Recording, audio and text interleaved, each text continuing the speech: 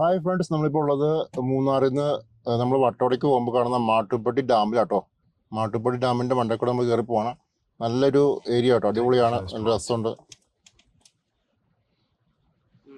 മലനിരകളും എല്ലാം കാണാൻ അടിപൊളിയാട്ടോ. നമ്മൾ ആ ഡാമിൻ്റെ മണ്ടയിൽ കൂടെ കയറുവാണേ.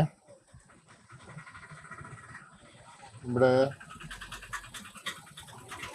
പാർക്കിങ്ങും ബോട്ടിങ്ങും ഒക്കെ ഇവിടെ ഉണ്ട്. മാട്ടുപ്പെട്ടി ഡാം ഞങ്ങൾ എന്താണെങ്കിലും പിന്നെ ഇവിടെ കയറുന്നുള്ളൂ.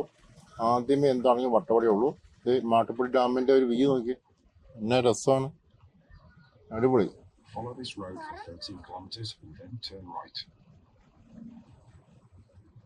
മാട്ടുപ്പെട്ടി ഡാമിനോട് കിടക്കുന്ന ആ ഒരു ഫോറസ്റ്റ് ഏരിയ ഉണ്ടല്ലോ, എന്നാ രസമാണെന്നറിയോ. അതാണ് ഭയങ്കര അടിപൊളിയാട്ടോ.